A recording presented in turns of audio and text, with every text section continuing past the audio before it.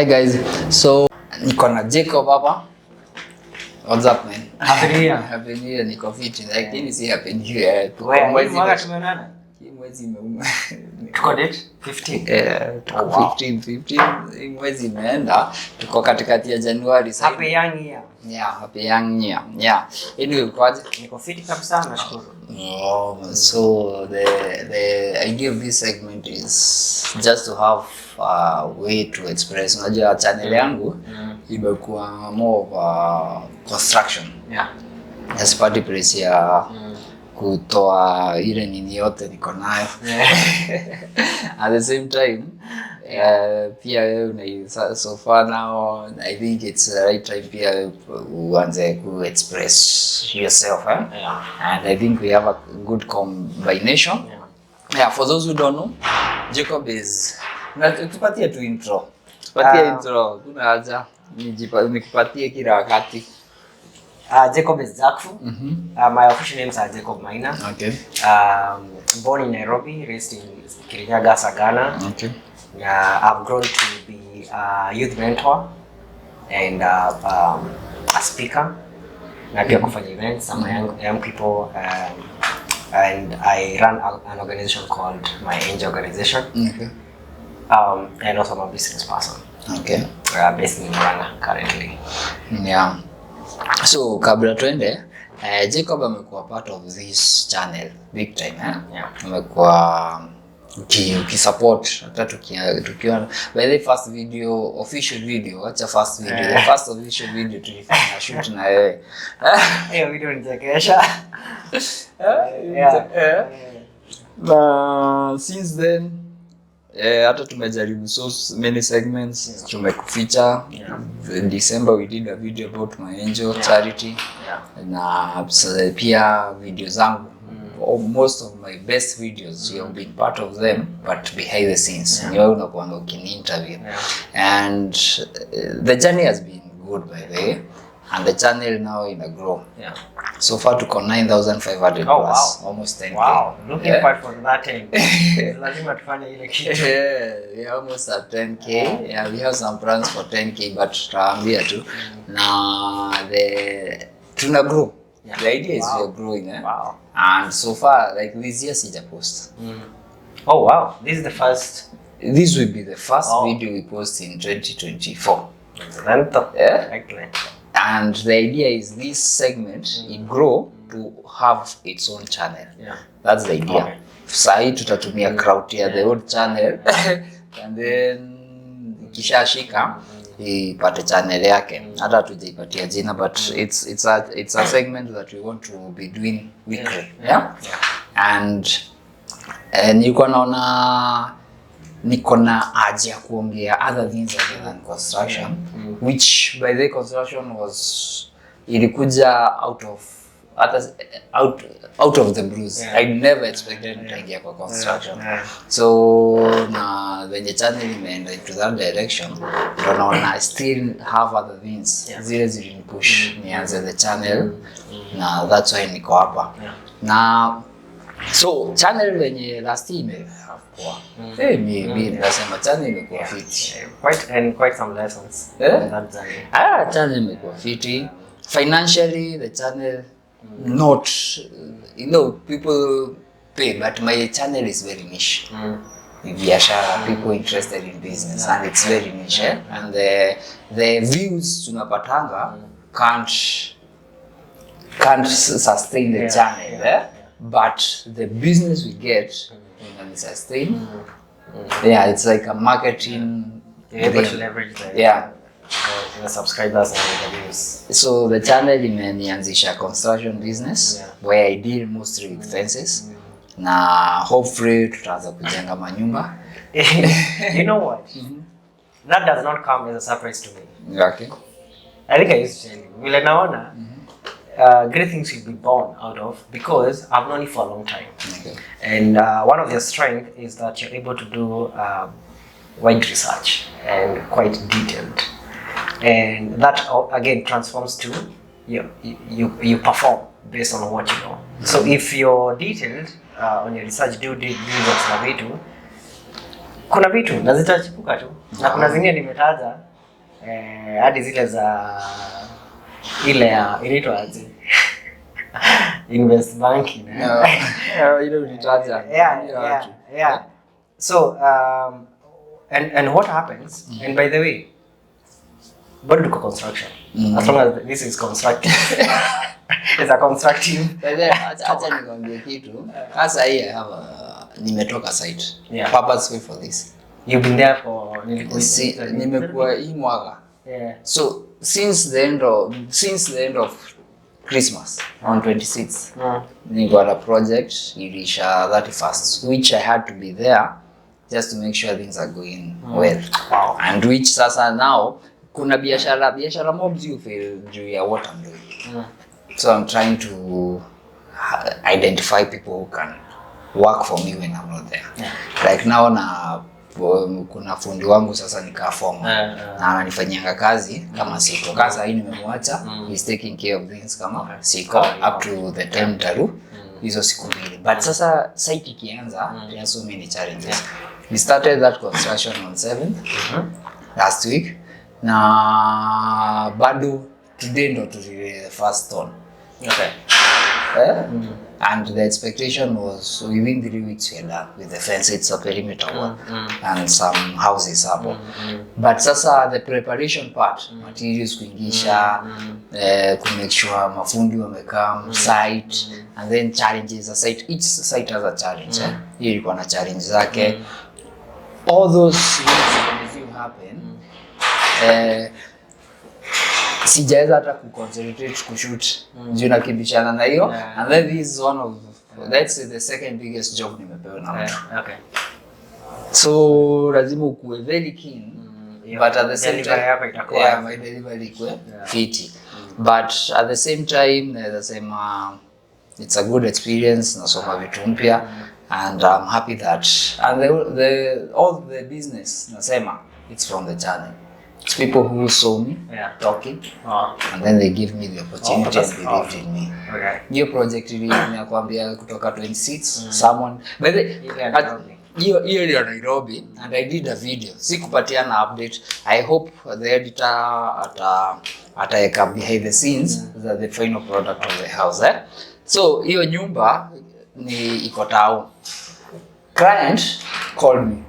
Kaniambia niko na how imekuwa empty for some time.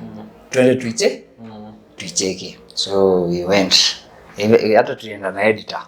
You remember mpaka kushoot tulikuwa nashinda kushoot alikuwa anajaribu kuchukua angles, kulikuwa giza hivi. Plumbing issues, everything issues, and the house was not making any money for her. Haikuwa inampatia any dough. So mimi sikuenda na macho ya when I go to any site, I don't go to a site. Me, I'm not a construction expert. Me, just a business man. Hata naambianga watu ukikam kwangu au kwangu kama siko I'm not the expert. And I get when you come to me, I am nitasemaje, mimi ni hustler mwenye ako kwa construction, and if there is any question I go to the experts wenye najua ama wenye nimeshaitumia. Juu construction ilikuja mimi kushare projects zangu. So the people who did my projects are the people I ask those questions, and then I gain. And then slowly nimeenda nikigrow, building my team. I have an electrician, niko na mafundi. I have a team of 10 fundis. Oh wow. Who I can call anytime. Niko na workers wangu, niko na team yangu ya mitaro. Who I can call Oh wow. Yes, ni piecework, but at least naenda nikipata. So nikiwa na job au ndo naambianga tuko na job next week tunapangana tunaingia ile. So yani biashara inaenda kigrow hivyo, where now I'm building my own team, growing to a better future. Unaona? Na it's good that kasa hii tuko job si wote.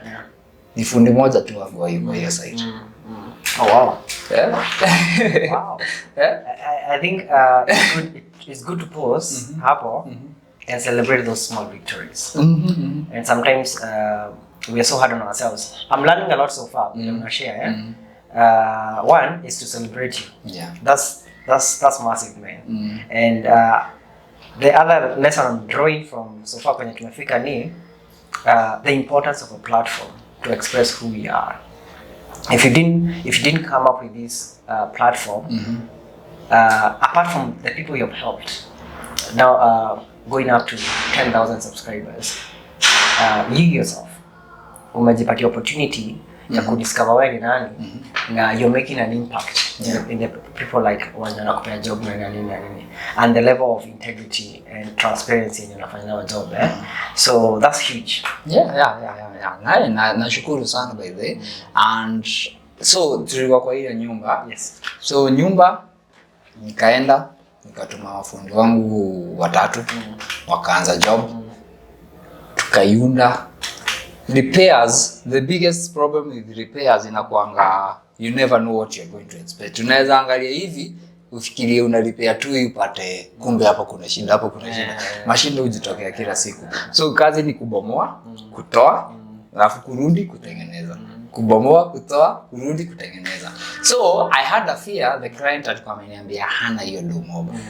Juu nilikuwa najua hiyo project haitakosa kukula 7 so. Nikampatia advice.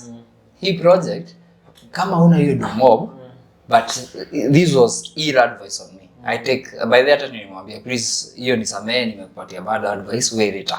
So nikampatia hii advice tutengeneze floor ya kwanza na ya pili, ya juu tuachane nayo. Siko na dhiriso mimi nifikia kaa haswa. So mimi niko na do na hii kitu imelala na sina yote, nitafanya nini? Sitaki kuchukua loan.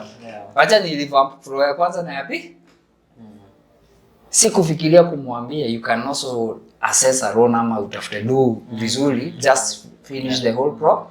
So tukatengeneza floor ya kwanza na ya pili. Makosa kanjua ametusumbua. Wow. Tukarealize tukikaa hivi hapa itakuwa noma. Another thing, tukiwa tu hapo sikuwa nimeangalia the way mabati zimejengwa huko na venye zimeingiana, because I was not, my head now was not thinking venye nitatengeneza ya juu. Ya mabati tu niliangalia nikajua hapa tutatoa mbao kadhaa na mabati yenyewe, but mabati venye ilikuwa imejengwa lazima tungebomoa so many stones juu kuna mawe ilikuwa imekalia. So hiyo kubomoa ikaanza kuharibu mpaka floor za chini. So kanjua after kutusumbua huyu madam kaniambia because hawa wanasumbua sana, let me find some finances to here hizi rooms tumetengeneza, veranda mmemaliza ya chini, yes, but before tumalize kila kitu marangi wacha tutengeneze ya juu. That alone it cost almost 30k. Okay. 30 to 40k. Wacha niseme ni more than 30 to 40. You do so many things. And tukachapa roof. Tukachapa hao yote. Tukamaliza hao yote. Hao tulienda almost 6 weeks. 5 to 6 weeks. Daily. What? A month and a half. Tulienda not a month and a half. Tulipata break ya Krisi. Na tulienda 5 weeks pamoja na break ya Krisi. December yote tulikuwa huko na 2 days in November. Isipokuwa 2 days in December. So in short it took the whole of December. Ni venye sasa kulikuwa na 5 weeks. Na nyumba tulitoka 31st. Na nikitoka huko I made sure there is water in that house to make sure sasa ya attract watu. Na sasa the last week hatukwenda kujenga, nilibeba electrician wangu. Tukaenda na yeye, tuka make sure how iko na stima. Acha stima sasa, iko na maji. Sasa tukaeka petrol na nini juu maji, tukaeka mpaka water tanks. Apart from that, nikamwekea mpaka tenants. Through nikamconnect na an agent. My agents are very reputable company yenye najua. Somehow I had someone connected with me through tu kifamilia hivi. Mtu nilijua ako kwa hiyo kampuni. So hiyo sasa tukamcontact, tukamwambia kama mshike hii hao. Hata tulienda naye site visit. I called him. When I called him nikamwambia this is an opportunity ili atuambie how much the client can make in the future. Kutupatia access yake ya do, tukajua hii hao inaweza mpatia almost 70 to 90. Hapo ndio iko average. Mimi nikaenda tukatengeneza mimi ndo niliset prices za hiyo hao. Okay. Do you know I set prices agent? Juu nilikuwa nataka mtu akiingia hiyo hao. Nilizunguka all the other houses nikaangalia this is the condition, this is the price. Ni condition ndio price. Nikarealize kuna nyumba ilikuwa net na sisi conditions zake ziko poor but iko juu sana. Watu wanahama. It's iko na over 70 houses but half of them zina 45 of them do to occupy. This zingine 30 ziko hazina watu kuhama. Ziko overpriced. Yeah. Na hizi zake ni singles. So mimi nikaenda nikaset, there were 13 singles. Nikaenda nikaset price for each house. Juu zote zingine ni kubwa, zingine ni ndogo. Nikiona market price iko 5k highest na lowest iko 3. Nilikuwa naenda 35 hapa 4. Hapo katikati hapo. Hata si katikati, chini ya katikati. Nika kuna nyumba zilikuwa bigi sana tulikuwa naambia tu unaweza patiana 75. How unaweza partition mara 3. Pate sitoni venye tu ni single. Na nitao. Nikasema easy hao it doesn't make sense kupatia mtu na 75 na ni single. Si bed sitter. What we shall do, acha tuipatie na 65. Huyo mtu akiingia hapo chances zake kukosa kulipa ziko chini. Na kuliko ukimgo. So mimi nika reduce bei, hatuku hit project ya 80, tuli hit about 70 maximum ikiwa fully occupied. Na nikitoka huko ilikuwa imebaki nyumba 2. 31st nikitoka huko December. June nilitoka hapo 31st December 5 p.m. Ilikuwa nimebakisha watu 2 nikaachia agent funguo na nikamwambia nitarudi juu pipe ya maji haikuwa imemalizika. Nikatuma plumber wangu akamaliza story ikaisha. Wow. Ati ni rooms ngapi? 13. Zote zilikuwa na juu ya size ni nyumba ya zamani sana. So kuna rooms kubwa, kuna tingine kidogo. Hata kuna room ya 3500. Ya 35 nilipisha 3. Kasema acha tuende na 3. Juu hasra akikuja hiyo 500 ndo analipa stima, ndo analipa maji. Makes sense. Wacha alipe stima na maji hiyo 500 but hawali. So by the time unatoka huko ulikuwa umepata 11 clients. Yeah, na hiyo nyingine ilipata mtu juzi. Na hata walikuwa wananiambia na nyingine leo nilikuwa napigiwa kama nitachukua dores, nikamwambia wewe tuma huyo mtu tukikubaliana juu sasa moja ni kubwa. Iko na 2 rooms. Yeah. Wow, that's success. That by the time you're done with the project, hata kuna watu wanaingia. Na today I expect that ani call anipatie some feedback. Yeah. Okay. Good.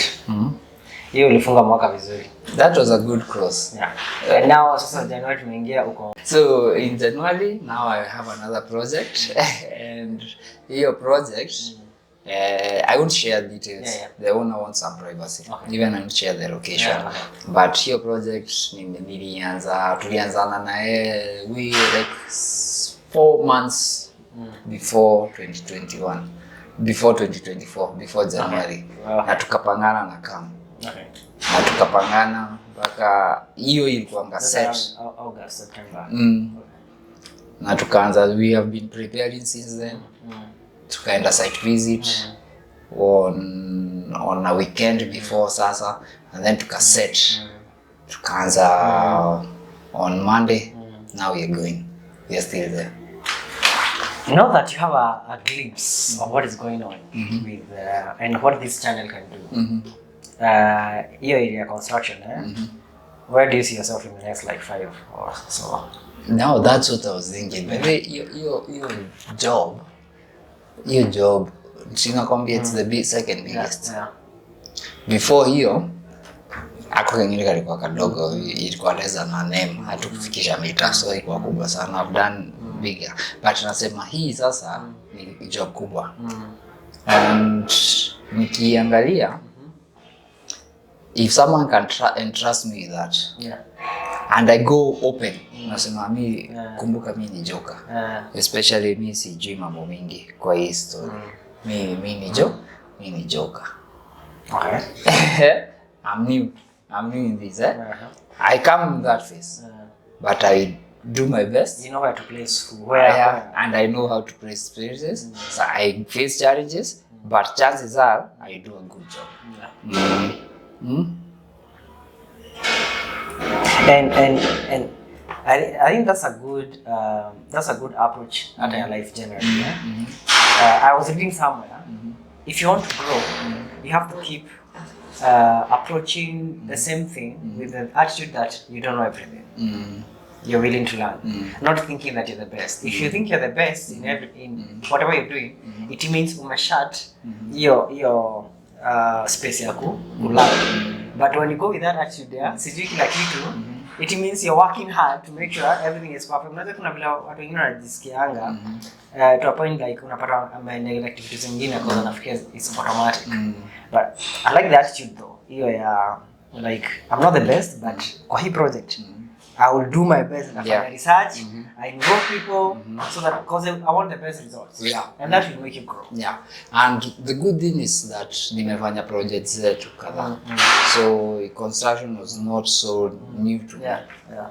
Ana nikianza haikuwa kitu mpya. Na sikuanza with the biggest part. Nilianza na fencing. Si unakumbuka?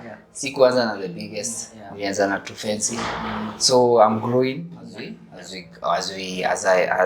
time goes, so na grow pole. And chances are nitapata big opportunities are better, and I hope that zitaendelea. So tutoke kwangu? Yes. Tutoke kwangu kiasi. So ukoaje? So wacha tumalizane na mimi kwanza. Tuende kwako. Yes. So the year ended well. Yes. The year ended great. I thank God. Pia mimi nimekuwa na moment of kulearn na kuona potential kenye mtu ufanya when you sit in a bigger scale. And for my angel organization, vile tulimalizia mwaka, you really came through in a big way.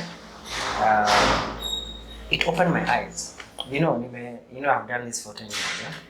That's a decade plus. This is the 11th year. And ilinifungua macho in a way. Nimekuwa nikifanya nangojea mwaka ikaa mnafanya tena, but I realized this organization can really grow and make huge impact. Maybe in Kenya or even beyond. So tulikuwa na party Christmas. This year we did 3 counties. Last year, the other year, 2022, we had done 2 counties, Kirinyaga and Kiambu. And then sasa hii last month, 2023, tukafanya 3 counties. Murang'a County, because I went there to start a business. Tulifanya about 600 plus, and then tukakuja the following day tukakuja Kirinyaga, I think around 300 plus, and then we went to Kiambu. What wakamount to about 1400. That was huge for us. That was the biggest number we ever fed for Chapati Christmas. Chapati Christmas in 2019. So last year niliona hiyo growth. And ikanifungua macho that there's space and room and opportunity for us to make a bigger impact come this year. So tumeanza mwaka vizuri na pia tuko na watoto wa shule. So pia tukianza hii Januari, najua Januari inakuwa na some stories nyingi. January, but nimeona God sana hatuku struggle kulipia watoto school fees. Na sasa tusha clear hiyo part. So right now I'm just thinking what more, how we can impact our community around us. When I say Kenya mzima, this year. So for me ilisha vizuri sana. Na ikanibariki because unajua kama vile unasema unafanya kitu, you create this platform and then it opens your eyes. And then hiyo platform inaanza kukuonyesha na kupea opportunity ya exploit some things that you never got, like some strength you never got to have. And I'm looking forward for a great year ahead. Yes. Awesome. So speaking of Chapati Christmas, yasagana by the way, kabla tuende sana Chapati Christmas, the reason why unaifanyanga in specific locations watu wanaweza shtuka is because you had a church in Kiambu. Yes. I lived in Ruaka for about 2015 to 25 years. And then you have a church in Kiambu. Now you live in Sagana. Yes. And that's also your home. Yes, that's my home. Next is you work in Murang'a. Yes. That's now why you extended there. Yeah. So you try to connect with everyone when you're unaenda. What I know, my conviction with all my heart is that the Lord is my shepherd. God leads me. Wherever I go, it's not by chance. The people I meet, it's not by chance. So niki in a place, the first thought ni, what impact can I make kwenye niko? Naweza kuaje wa baraka ile area niko na. Like some of the students, kuna time I told you had a business in Kahawest. So I didn't stay long there. So by the time natoka, that's one of two of our students wa Kahawest. Like huku Mungu ameleta kwa nini. So when I see that, I now know like God was thinking about it, and I'm just a vessel. So nikienda mahali kila, like when I, like last year now when I stepped my feet in Murang'a, I was like, beyond business, beyond me making money, Mungu anataka nifanye je, and that's how I get to like do things. Okay, niulize. Wewe ni pastor ama ni Bible teacher ama ni nini? I'm a teacher. Unajua kuna hizi titles famous there are five ministries. Kuna prophets, apostles, evangelists, preachers, and teachers. Hapa kwa teachers sika kitu watu utaka, sika kitu organize sana, and I feel so safe there because that's my gifting. And yes, I'm a teacher. I teach. Oh, that's awesome. So what are the plans? Unajua umeniuliza what my plans for 5 years. Mimi sina plan for 5 years. That's what I think by the end of the first quarter. Sasa nimeanza kugawanisha quarters hapo ndo at least you break down at least nitakuwa na idea where to take this and I hope that it end up fitty more than expected. So what do you see in the next 5 years? 5 years? Okay, that's again a long time. The next 2 years then. Next year, this year. For this year, in line now, my angel. You as Jacob. No, let me start with my angel. My angel, right now, as we are talking, we have started a project called Future Bright Tech program, which seeks to sponsor wale watoto wamemaliza form 4 hawana like wanakaa ni kama hana mbele. So because I opened as Nakusikia. Okay. You opened the business in Murang'a kuna part ya shule. Between computer courses. So I want to use that opportunity, partner with my angel. My angel sponsors kids to venture into the digital world because kuna opportunities mingi sana. And I believe apart from easy because of kuombea poverty, kuombea poverty, spirit of poverty na nini. What I see, one of the effective ways to break down poverty cycle is to give someone opportunity whereby they can learn knowledge and skills. So we are looking forward to sponsor 200 kids this year. So far tumepata watano wameingia classes na washaanza kusoma. So your project is Future Bright Tech, whereby we believe that today technology na e-field digital world has opportunities mingi sana. It's just that kama mtu atagain skills na kuna opportunity mingi sana, and those kids from those families wamemaliza form 4 wengine wameka home for 1 year. If tuwape chance tutakuwa tuna break poverty cycle. Sababu kama atakuwa poa even financially, wale watoto watapata hawatapata kwenye yeye alipata. So by that you are breaking. So we are partnering with other organizations and individuals who want to make an impact, but hiyo ni ya Murang'a. Now when it works in Murang'a, we can now think of doing in other counties, but that's the project that is ongoing right now. So tumebakisha 195 kuna watano sasa. And so far wale wazazi wameleta watoto wao, there's so much hope in their eyes, even in the eyes of those kids. Like they're here like me, if I get this opportunity, I know my life can change. And that's what we do. Yeah, that's awesome. That's awesome. Wow. Wow. Yeah. Ooh. You're an inspiration, bro. You're a big inspiration. And then after nimaliza nitakuwa nimewatafutia jobs but we offer attachment hapo. Eventually, sijui Mungu atafanya nini, but eventually wengine wanaweza kuwa permanent employees. Okay. My angel, kuna kitu mimi utaka challenge, but this is it. Na kitu pia mimi naanza kujichallenge. Okay, first of all, I create content. Na ni content nilikuwa nataka, this is what I wanted to do as a business. But so far, imeleta vitu vingine. And then someone, mtu sasa nikaanza kufikiria mambo ya investment banking. Unaitisha watu pesa. Uliniweka hiyo seed. Because by the guys, I love mambo ya investment banking sana. Na hata nikianza hii channel, my end goal was to start such a thing. Hata nilikuambia from day one. So wacha niseme. Then umeanza kuwa ukinisukuma mpaka umeanza kutajia watu. One of our best videos ile ya don't buy 50 by 100. Hapo mwisho tukiongea mambo ya wolia na nini. Hapo mwisho uliguza. Which for me investment banking is the end goal. But mtu akani challenge. Akaniambia is a friend. Akaniambia umeshaifikiria when unasema Yesu utafanya investment banking. But how scalable is it at the moment? Because scalability ni what opportunities are you getting and what demand are you creating.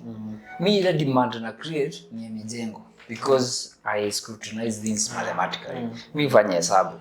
Si scrutinize na emotions. Kuna watu waliniambia na scrutinize na emotions but nikifanya kitu nafanya na hesabu na reality on the ground. So my question is hiyo diversification kubwa sana. Is it an addition or a subtraction to my angel? Because for me, I realize that's why hata umeona sijatoa video. Na hata ndo nilianza kupanga. Like now I have a commitment. Every Saturday at 10 I have a TikTok live. I don't even post on TikTok now. I have a TikTok live. Even we did it this Saturday with a cousin of mine. Na mwenye tulifanya video yake ya mchele anazita mwaniki wa mshere. That is already on the pipeline. Every Saturday at 10. Now I have a commitment with you here. And then I have to have scripted episodes za Miano Muthii YouTube channel. That's one. Na lazima ikuwe hivyo. Now that's when you may take time kunini. Now, apart from the YouTube business, construction is my food. Ndo sasa inaleta ndo. It's easy to scale that through your YouTube than kuanza biashara to ujui inaenda wapi. And then when you scale that, now anza ile. So mimi ndo nauliza, this is a challenge but do you think diversification is an addition or a subtraction? Okay. One, the two for my asking about my angel. We've majored with two. One is feeding, like unapata hiyo Christmas, mostly led in food. The other one that's also started in 2019 officially is something to do with education. All right, this is the reason. I've visited so many families in different counties, and what I found was how watu kama hawana food, it tells me hata shuleni. You know, right? Food, I cannot feed you for life. All right, but if there's a way to empower you at some time, whether in 5 years later or some years later, you're able to feed yourself. Tumekutoka kwa your program. So sioni difference kubwa. It's just that it's an opportunity to help this person in a more sustainable way. All right, and I've worked with other NGOs which are big. You may think they're doing so much, but all they're trying to do, they're trying to look for like the Christian-based organizations I've partnered with. They do wells, they do kama kuna zinafanya nazo tunapata wengine wana dig wells. The same NGO does renovation ya mashule. The same NGO does feeding of the widows. So organization does schools. One organization. But all what they are trying to do is a platform for them to preach. If there's a platform they can get, and then they get an opportunity to preach, they're gonna do that project. That's why they're called projects. Kuna programs and projects. Alright? So this one is a the reason why nilita program is because naiona ikiwa kubwa ita grow. Sasa kupatia mtu skills. Yes. And these kids, I could go to them with kwa familia zao time to time na unga. But I don't want to do that. I see an opportunity in the young because they're the hope of those parents for tomorrow. Wengi wenye wamekuja pia wako na siblings wadogo. So naona 5 years from now, I don't want to go looking for the younger siblings kujaribu kuwa sponsor tena shule.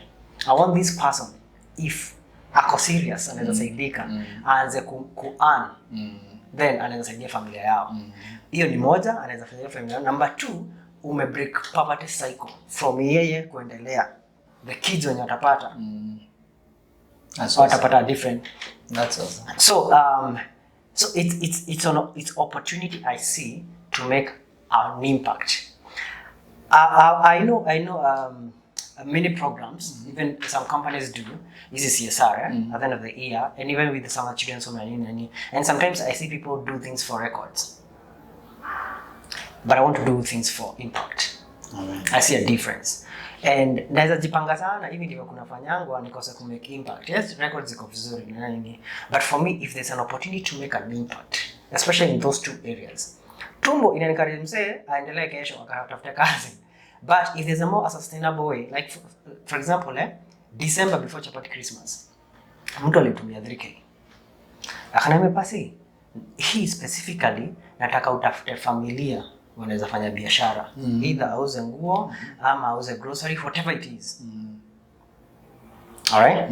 And that's what sijapata hiyo chance. But kuna familia walikuja huko chapati Christmas, hawakuwa hiyo area yenye tulikuwa tuna target, walitoka far.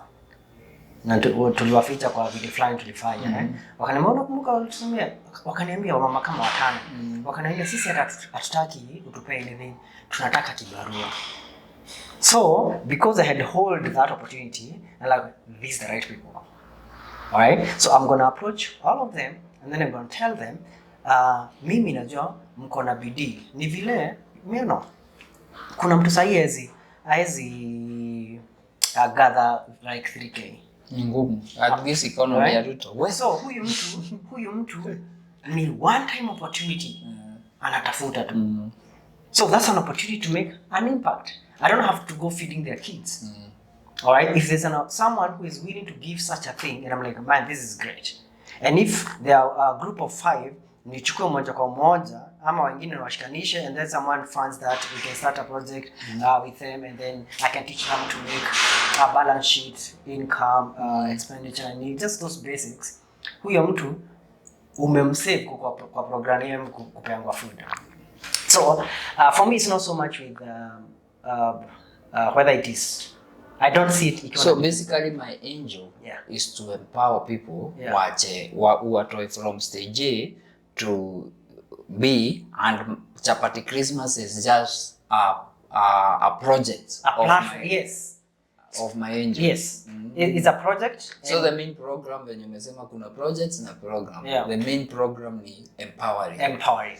Yeah, that's sasa ndo by the way ujaielezea hivyo. Ndio nimeanza kuona why you do stuff. Sometimes I question.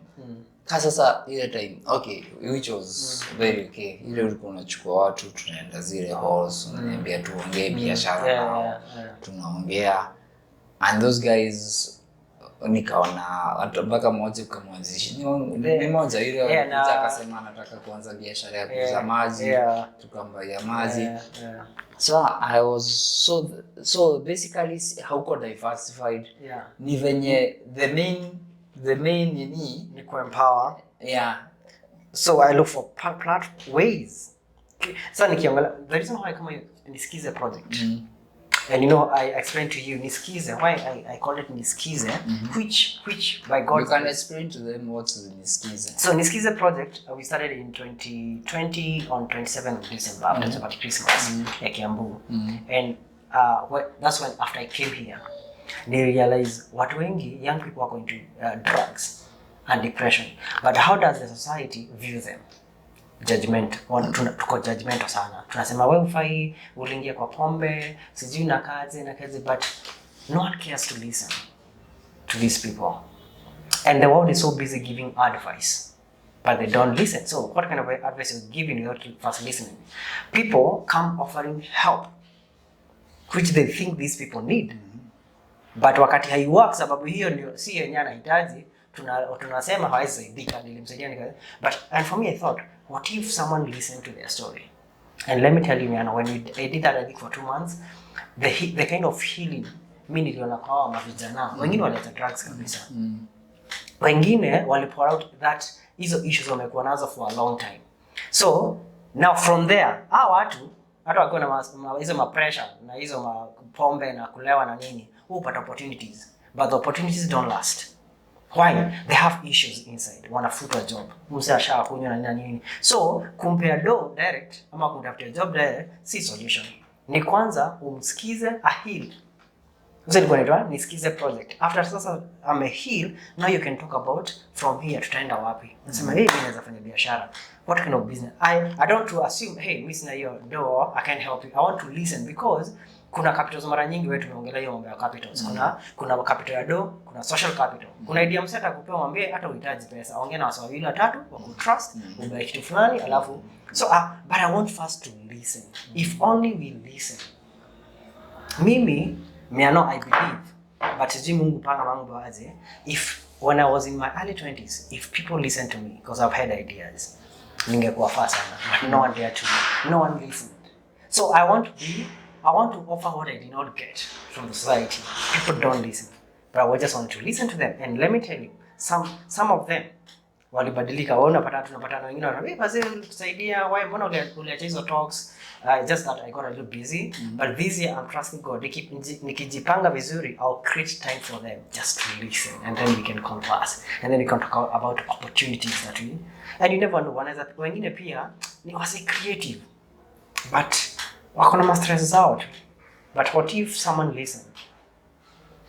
Wow, yeye imeingia mpaka nikasahau what you are talking. Jakfu, be blessed bana. I guess your heart, your burden.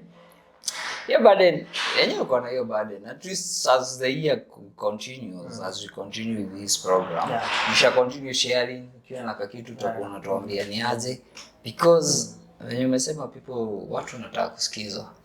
Me, I'm lucky people do listen to me. See? And by the way, all you wanted to do is express yourself. Why are you expressing yourself? You want people to listen to you, to hear you. Because you feel you have something you can offer to this world. But where at least you're able to create your own platform. But how many people don't have that? Hata si platform hata YouTube, ile platform tu, mimi nilikaa hiyo project, nilikaa na wanaume wanalia, like tunakaa tunaingia kwa room, after tumeongea kama group tunaingia kwa room, anaanza kutoa vitu kwa nini anakunywanga. Kwa nini ako depressed? Ukisikiza mazee unaona mazee boy child. Kwanza boy child. Hakuna mtu kusikiza. And let me tell you, man. Maboys wameteseka. Unapata msee aliingia prison anatoka, no one cares. Msee anaenda tu akibreakiwa. So by the time unamuona, we don't see how many battles they have fought before because the last resort ya kukunywa ama kugwa into drugs or something. We only see here mwisho. Ufai kukunywa sijui nini, but we don't see how many battles they have fought ili wakufe moyo. And let me tell you, some of them there are people who are gifted, they can make an impact in this country. But tunataka tu wale watu wako poa. Na watu kuna kitu moja niliwaambia, kama wasisi creative wangekuwa na stress. Unajua kuna watu ukiweka mahali kwa ofisi anakaa tu ama I'm not against offices. Ukimweka tu mahali haiko ambitious, ametosheleka na life. But msee anasumbuka hivi, that means akona ma dreams. But kuna gap, na maana ako stressed. So huu ni msee ukimshika wengine, you watch us. this year kuna tunatapea hiyo platform ya get into the digital world. You see what they can do. Tunangoja. At least sasa we are creating this platform. Yes. And hope it metamorphoses to be a channel. We at least watu watch. Mkumbuke subscribe. So this year project yenye tuna focus nazo ni hiyo kwanza, future bright tech in Murang'a. If we can do 200 kids, give them opportunity into the digital world, kuna kazi mob sana huko. And since kuna shule hapo iko willing to partner with us, we just look for sponsors who can sponsor the kids, and then after that to make sure somehow wamepata job. Either mtu atapata eventually got atampea laptop yake ama tutamtafutia mahali. But let me tell you, that's a game changer for many families. We are breaking that poverty cycle through that program. Wow. Talking of platforms. Yes. So tumejenga platform mpaka November. And then nikaambia Musao is my editor. Yes. Twende tuone shamba, kuna shamba ni one of the clients sasa au my fans, by the way, thanks for watching guys. One of you alinitumia text. Kaniambia hebu cheki hizi ziko kwenyu. Kaniambia nini? Kaniambia hizi mashamba zinauzwa huko kwenyu. Okay, nikaziangalia nikamwambia huko si kwetu. So, okay, tuachane na hiyo. Nikamwambia huko si kwetu. The next day nikamwambia so, Musao, hapa wacha tukimbie tu tuone hizi mashamba ziko wapi. Ziko kwetu. Yeah, ziko kwetu. So, we just did.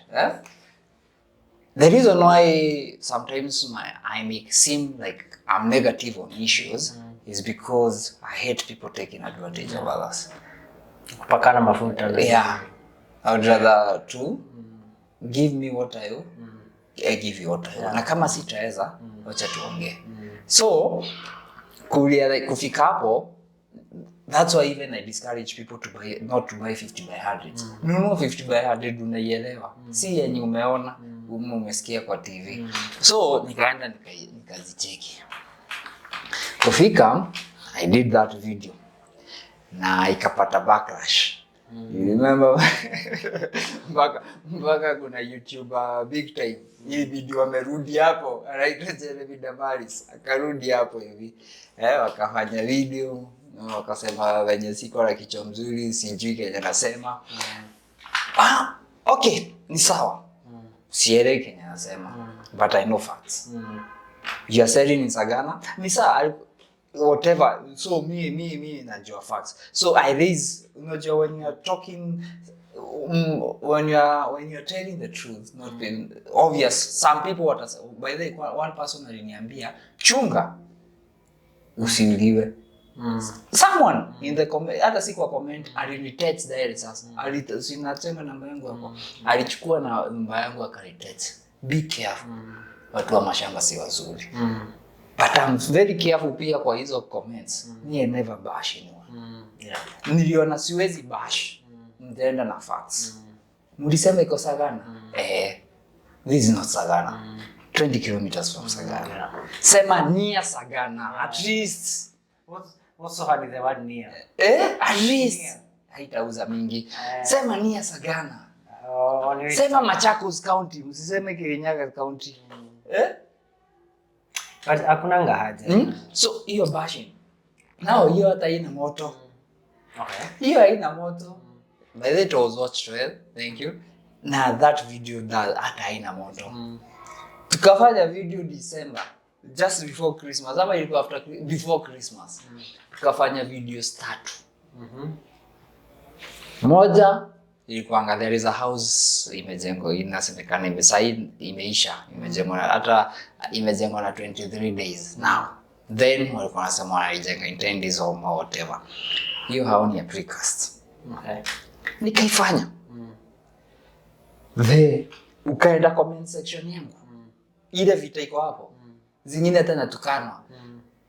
Zingine naambia hata sielewi. Guys, mimi si professional wa kujenga, but one thing I know, I also have mistakes kwa mijengo zenye nimefanya previously, ama perhaps I was misread by my contractors ama before sasa niingie.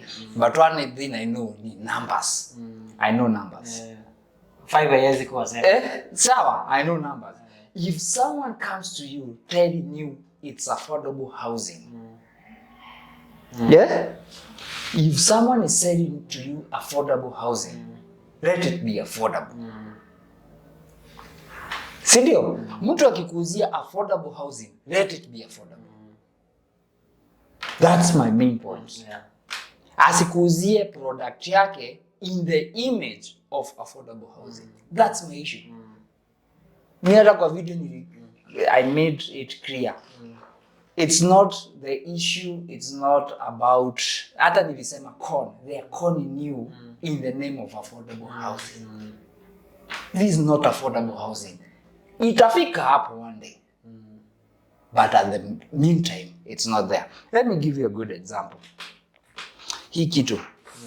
Hii energizer. This energizer. This battery. Ikikuja inakujanga at a pack of 2.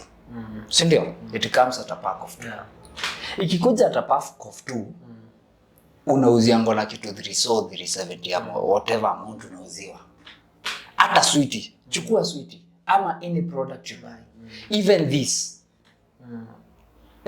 Kuchukua anything that we have here. Hata simu. The reason why we are able to buy this technology at the amount we buy it affordably is because of something called economies of scale. Okay.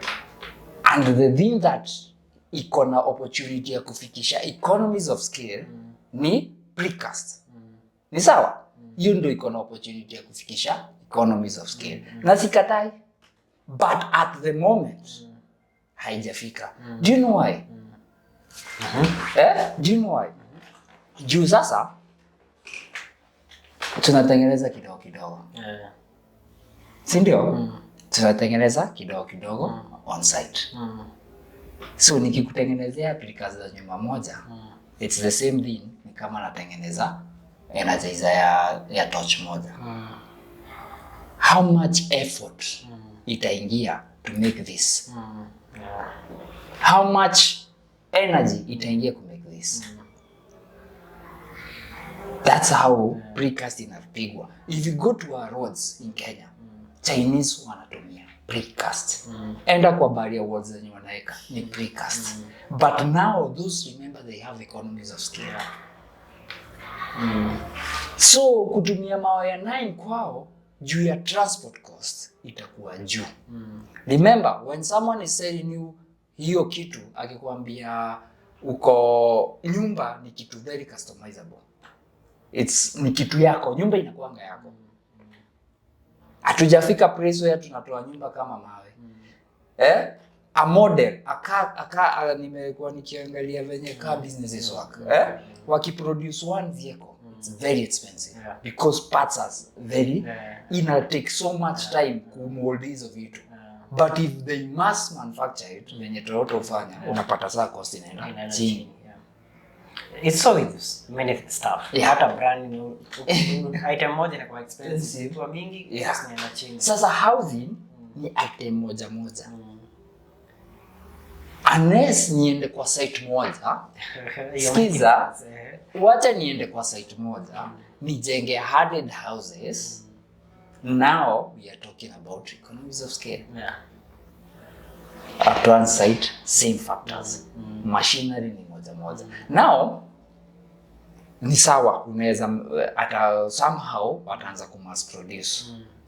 That is okay, and I hope the best, because what I mean is somehow, but then before they did that house, I was that Amos Kibaru nimemfuata sana.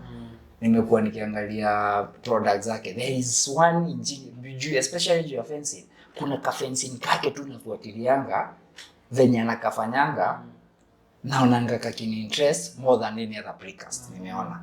Na pia the workmanship uweka yuko juu compared to others zenye nimeona kwa market na akona excellence fulani compared to others. But me, my problem with him was coming with the word affordable. First of all, the house was less than $1 million. Ikiisha unaambiwa ni 1.8 million. Wow. Give me $1 million. Si niko na nyumba. That's affordable housing. We are talking about when you are saying affordable, wacha ikuwe affordable ya kweli. Now how many people, imagine what is affordable to many Kenyans. A Kenyan can afford 1,000. Most Kenyans to afford 1,000 a day separate ni ngumu. So ukamwambia 500 a day aeke aside na atapata nyumba. Now that's affordable. And what's nini inaweza kufikisha hapo? That's why nasema Ndarugu is still keen. I did a video there. Why? Because naweza enda niweke 500 wiki moja ninunue Ndarugu zikae. The same way I'm building my house. Sinajenga nyumba. Nyumba yangu ime take time. Na nuanga mawe pieces. Naeka chuma. Ikikwama imekwama. Nikipata pesa ya mafundi wanaingia site. When I have money, because and so far sijatumia pesa mingi, I'm at about 230k. Now that's affordable. Na nimeshachapa linto na mawe ya juu ya linto. Na nimeshakata miti ya. Now using my resources, nimekata miti, sijanunua miti. And hopefully that will be a good house. A 2-bedroom, about 44 square feet. Square meters, 480 square feet. Mwenye alinikosoa hesabu, siku hizi niko sawa. Kuna mtu aliniambia. And I wanted to comment on that. When you are able to express your opinion and someone has a different opinion, you don't have to get rude about it. Na kama wewe unasema ni correct. Sasa uweze fanya video useme uanze kusema sasa wewe unanifunza hesabu na nini, you know, you accept correction. And if you have a different, kuna sasa mna kusizana nasema sikuwa nimeona hiyo kitu. But I don't know why people go to the comment section and kuna bile hiyo anamwaga huko, but it's also it tells condition ya huyo mtu kwa moyo wako aje. But I don't see need for that you can do a video and then use those words that they are not kind on other people. It doesn't actually tell a lot about the person you're talking. Nikwambie kitu nilitoka tele ya Kirinyaga. Nisi tunakataa mambo. Ati tunatoa video katele ya Kirinyaga. Hatutaki kuacha kuuza Ndarugu. For information, yes, I'm from Kirinyaga, but I never sell stones. I sell stones nowhere. Siuzangi mchanga. But facts are facts. Now, let me give you something. Okay. After that, after all that backlash, a few people called me. My fears zenye nilikuwa nazo on the precasts. Nikasema these things are very delicate. The quality control, lazima tupate quality control. This is a transportation. Zimevunjika. Simeona venye zimevunjika. Msao make sure hii picha umeweka juu. Na itakuwa nyumba ya mtu. Zinapelekwa ikuwe nyumba ya mtu. Now they do refund. Wanasema they don't wanafanyanga in time. Hii kitu ni wanafanya production. Now when they tell you that itakusavia time in building, remember kama unataka kujenga kesho, the only thing unaweza jenga nayo it's the traditional way because it's readily available. Hii au lazima ungoje. So let's assume unataka kuanza mjengo kesho. Wewe unaenda Precast na mimi naenda na traditional. Mimi nitaenda traditional ni chape. By the time unapata hiyo order ndo unaanza. Ni sawa, utamaliza haraka ukianza kujenga. Mimi nilimaliza inachua. By the time ninamaliza curing yangu ndo wewe unafanya nini? Ndo sasa wewe unamaliza. What will happen? The time wewe uli waste more time waiting on the Precast, mimi nime waste time waiting on the what? On the finish, on the curing of the cement. Seem the same. So anyone selling I dream of at the moment, anyone selling the dream, na hii ndo na make facts, anyone selling the dream of saving time is a huge liar. Anyone selling the dream of affordable housing is a huge liar. Precast hawezi jenga manusu. Nyumba yangu nimejenga miezi ngapi? Na haijaisha. Hata sijaweka roof. For me to get the same structure ya Precast, I did research. itani cost almost venye iko sasa almost 400 Gs. Penye umefika sasa. Na umetumia tu zake. Juu natumia ujanja yangu. I'm using my resources. Hata kuongeza 70 ya juu kama una ujanja bado ni less. See, na ninajenga in phases because I can't afford to drop 1.8 million cash ama 1.3 yenye wanasema cash. And as I go to the bank and get the loan, how many people can be given a loan of 1 million in Kenya at the moment? So it's not affordable. It's only for the rich. Lakini watu wataki kuambiwa hiyo. So mimi nasema hivi, anyone mwenye anataka kwenda the way of precast, enda knowing the challenges, knowing what you expect. I have someone else amenipigia. I have shops somewhere in Kenya, sitataja location. I was built by a company. Tukajenga hizo shops. Akanijengea from December 5th to January 15th. Was some time right? Nimekwambia ita 6 weeks. Yeah? Those are 6 weeks, But walikuwa wamepromise 4, kamaliza 6. Obvious, concession iko hivyo. But na timeline ilikuwa sawa. But from then it has been a nightmare. Nimekuwa repairs aziishi. Hapo kakitu kigonga ni hivyo. Aliniambia juzi ameenda hapo kwa mlango anapata crack. Tangu lini ukaenda ukapata nyumba ya ndarugo iko na crack? Ama ya mawe hapo kwa mlango ati weakness. Calling the company wakamwambia it's because you are banging the door too much. So the quality of the product, ile product wanapeana, it's not yet standard. Lakini unajua Wakenya wanataka vitu za haraka wewe. No, mimi nakupatia facts. Yes. The product is precast is not the problem. The problem we have is people selling precast liars. Time is not, you are not saving on time because them themselves will waste your time. If they had those products ready in time, uta save time, but facts are they don't have. They don't have the capacity. Kama wali promised 4 weeks wakafanya na 6 weeks. Yeah, because hii nimekuonyesha picha. This client around me. Look at this look at the finished product. Gaps everywhere. Substandard construction. Another thing kuna shida ni workers. Nikitoka hapa nje for every 2 fundi nitapata mmoja ataniangusha. Kwenda tu hapo nje. Hata sielewi kujenga. Sitakosa mafundi wanajua kujenga. For every 2 sitakosa mmoja anaelewa kazi. That's the ratio napatiana. And chances are they are higher. Hakuna mtu uji itafundi. Na ukienda especially places za labor, mtu uji itafundi anajenga mbaya wengi. Because there is a way watu wamji ujipatia promotion through time and you pay. Na wengine wanampea hiyo promotion. Na si wewe tu unajipatia. Kama mimi sasa niko na kijana wa mkono nimepatia promotion tu wafundi. Pole. I have been jua kazi yake na mjenga. Na si job zote nampatianga. Sometimes tunaendanga site. Mwambie hisi yako. Leo utakuwa mkijana wa mkono. Tunachapa kazi siku 3. Hii sasa ndo najua uko sawa. Ile ingine namwambia shika yule fundi main.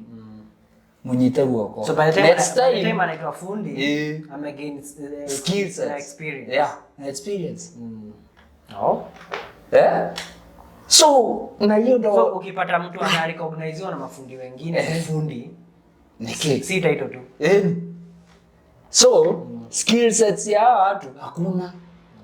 Those are challenge. So the only people naambia wachukue precast, don't go there thinking you save money. Don't go there thinking you save time. Get other reasons. Uta save time pa ukimalizia, but ukianza uta waste. So mimi kama naanza, tuwaleta simu ya starting na journey today ya kujenga and we have the same amount. Chances are tutamaliza pamoja ama mimi ndamaliza kwanza wadarugo na wewe uko precast. Anza. Mimi naanza tu kesho. Na wewe ukimaliza uko sure haitakuwa na issues. Yangu hata nikimaliziwa tena naza. So we are still at the testing phase. So people who I'm suggesting wachukue Precast, if you are daring, if you are daring enough to be our test, And your risk, sacrificial ram, to be our sacrificial ram, go ahead. Si tutakubali, tutafika, niliambiwa tutafika Canaan. Tufikishe Canaan, tutakubali. Number 2, if you like the finish, if you like the product, kama inakubamba. Number 3, please, tafuta skilled fundis. Or wait, Amos amemaliza nyumba poa, but I want to see the finished product. Hiyo nyumba amechallenge watu Twitter, akiambia watu wanamdiss bila hata kufika site nini. Mimi sitaenda site saa hiyo nyumba. I would like to visit it 2 years from now. Siendi pahali.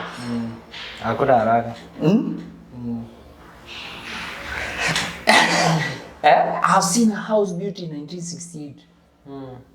Imesimama imara. Lakini ya Kwale. Hiyo time ndio ilikuwa fashion. Imesimama imara kama simba. Oh. I've seen many. Yeah. So okay, tunachanganya this platform bila share nini. Na mimi nataka tu kuambia watu. Please, it's not that mimi najua nilitoka Teria Kirinyaga Twitter. but the fact is I'm not na kuna jina wanatumia sikumbuki, wanasema ni wale watu wanazuianga progress. Na pia ati so many professionals hawajakubaliana na hiyo nyumba. Why? Because wanaona mashida. Umeona? Same fears I see. Kama mtu wa kawaida, the same fears they see. The professionals, architects, professional contractors, engineers, same. But there is an opportunity there. Kuna opportunity because inaweza finansiwa. So this guy Amos anablock mtu akimchallenge. Wacha kublock watu. Kubali mimi by the way, mimi comments siwezi delete hata ukinitukana na kaka comment yangu hapo chini. Do you know why? Acha chukue. Because today someone called me akaniambia, I saw in your comments mtu ame disagree with you. Na wewe uka agree na yeye somewhat. Ukasema Precast is the superior product. But caveat. But if done well. Because we already have Chinese wanafanya kwa barabara zetu. Ikifanya vizuri kwa sawa. Already we have the model. Nifanye saa ile model ya Chinese. Kabla tufike hapo, we have to have so much economies of scale. Na hiyo no reality. The same way, naweza tengeneza sweetie, the sweetie ya 5 bob, ukaambia utengeneze hiyo ya 5 bob home, utakapata. Lakini kampuni jiko na economies of scale inaitengeneza hata inakuuzia 5 bob retail na inapata 2 bob. Na wewe hata ukapatia 5 bob to produce the same sweet. Itakuwa expensive sana. Na hata stafikia kiwango. So unasikia? So me I have no issues about it's your money, it's your problem. Na si me gatekeepers, they are calling us gatekeepers. The professionals, architects are gatekeepers. But my view is if someone who is in that profession amenipatia akona hizi fears, instead of calling them gatekeepers, show us. Mimi ukini challenge utatuonyesha Kenya kinafanya reason. So when I did the video reacting to that house, I was challenged niwaonyeshe why I think that. Nika do another video. Oh, praise the Lord, hallelujah. I did another video showing why my viewpoint is that.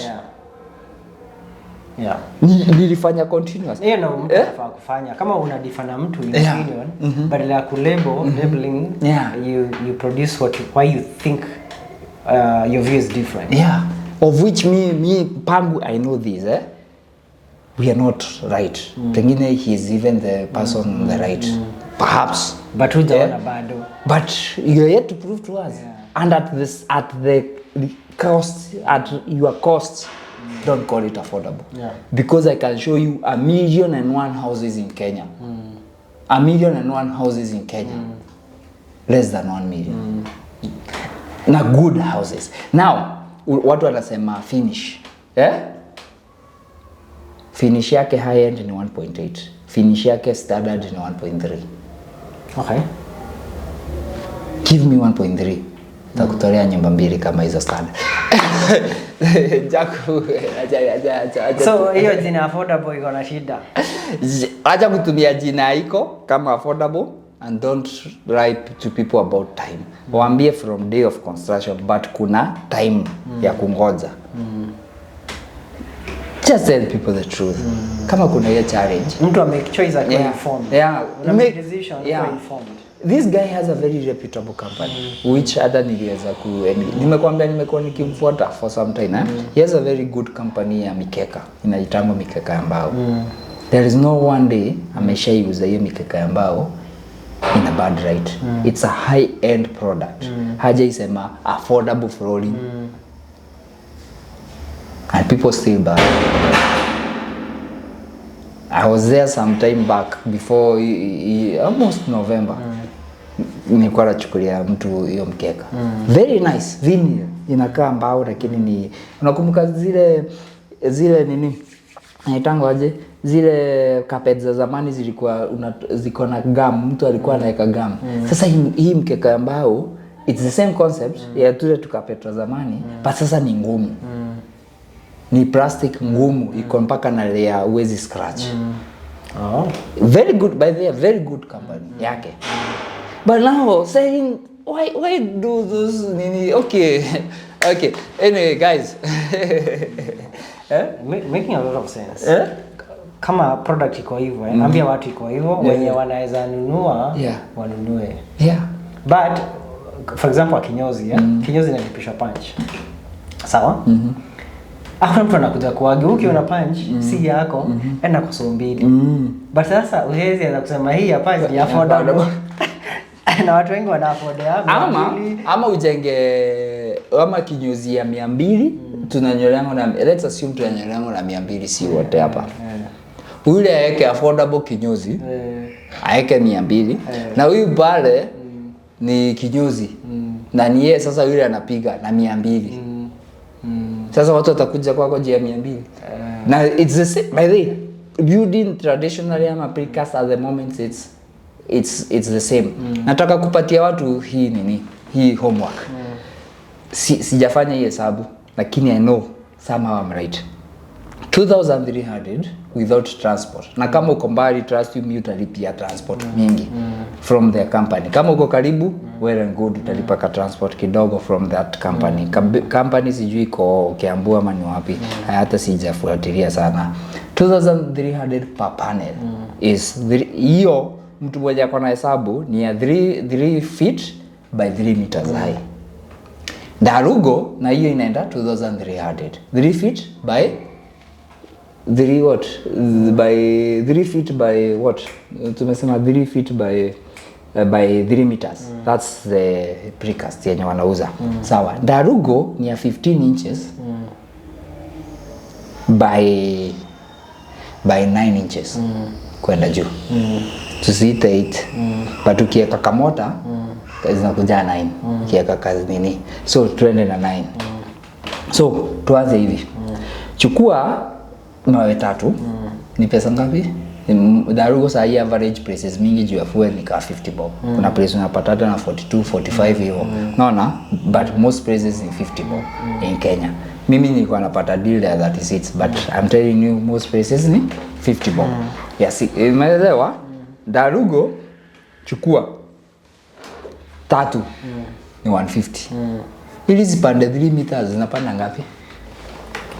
Na Darugo iko inclusive of transport. Kumbuka ile iko inclusive of transport. Najua watu wataniambia hujahesabu pesa ya labor. Labor ni sawa, tutaweka labor. Hatujahesabu kazi ya nini? Acha tuone 150 kidogo. Tumeona ni 1 foot is 12 inches na times 3 meters. So how many 3 meters iko na how many feet? Acha tufanye unit converter. 3 meters iko na 9.8 feet.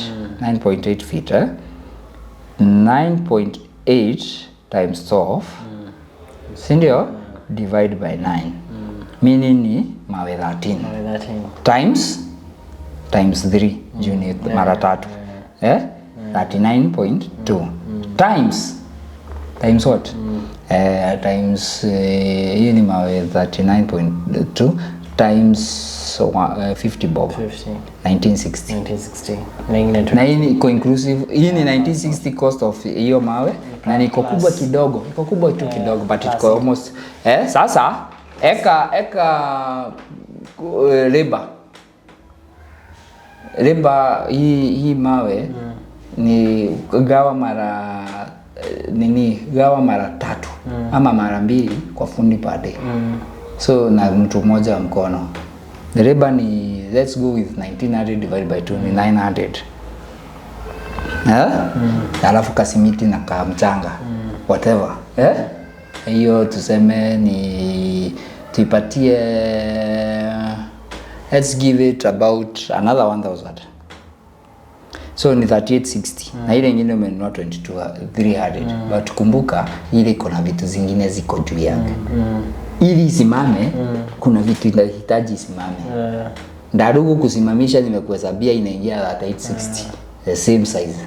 Na ile bado ile kata transport. Na sijaweka transport. When you do the math at the end of the day, una realize cost is equivalent. The cost by the inaenda kukua equivalent to that. And you have the dangers. Huyo mtu nakwambia alijengewa shops. Aliniambia kuna kijana yake moja alikanyanga hiyo precast akijengewa, bahati mbaya kakavunjika, akakatwa na roho. Akajua kwa nini alijiweka kwa mesipi. Hii kitu, hizi stima, ukiwekea socket za stima, uto tu shimo, idungwe kubwa, danger for you. Kuna 2-3 zilifanywa hivyo kwa hizo shops zake. Sasa zimekuwa a nuisance. Una weekend hata yeye Now for Darugo chapa make a mistake. Unagoja tu za simiti na nini? Unachapa ka plaster na hiyo story itaisha. So those are the challenges now. Okay, tuachane na construction. So just a few remarks ukimaliza. Well, I'm learning a lot. Kusikiza ni vizuri kujifanya unajua si poa.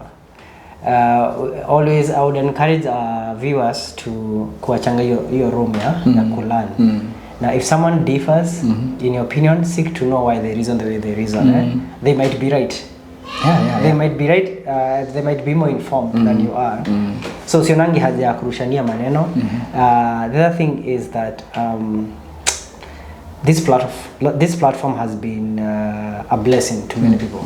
Wenye wanakuitia job na wenye wana watch wanafuata, hata kama maybe watakuwa clients wako 3 years later, maybe wanajipanga pole pole. Na pia sisi kwetu pia mimi imekuwa baraka kwangu. The people who came through the video we did with you, I want to say thank you so much for making an impact. You made a huge difference. That input you made in Chapati Christmas, now when you participate hata kwa hii mwaka, you're making a huge difference in our country, and that's what we are all about, making a difference. Yes. Wow. Guys, thank you. See you next time, guys.